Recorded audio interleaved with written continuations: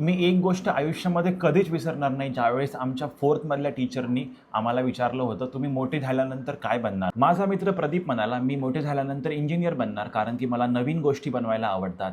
Teacher म्हणाली, very good, तू एक दिवस नक्की इंजिनियर बनशील. माझा दुसरा मित्र श्रेयांश बोलला, मी डॉक्टर बनणार, कारण की मला लोकांची मदत करायला आवडतं. टीचर बोलली, व्हेरी गुड, तू एक दिवशी नक्की डॉक्टर बनशील. टीचरने माझ्याकडे बघितले आणि मला विचारले, मनीष, तुला काय बनायचं आहे? आणि यार त्यावेळेस मी खूप लहान होतो. आय डोंट नो माझ्यामध्ये काय प्रॉब्लेम होता. मी म्हणालो, मला मोठं झाल्यानंतर करोडपती व्हायचं आहे. मला एक्सपेन्सिव्ह क्लबमध्ये पार्टी करायची आहे.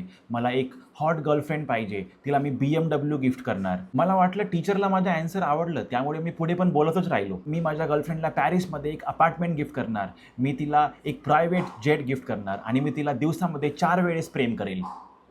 टीचर म्हणाली, तू पागल झालायस का? काय बोलतोयस तू हे? बस खाली. नंतर टीचरनी प्रियाला विचारलं, तुला काय बनायचे आहे? आणि प्रिया क्लासमधली ती मुलगी होती जी शांत राहायची. ती कधीच काय बोलायची नाही. ती उभं राहिली, ती खूप घाबरली.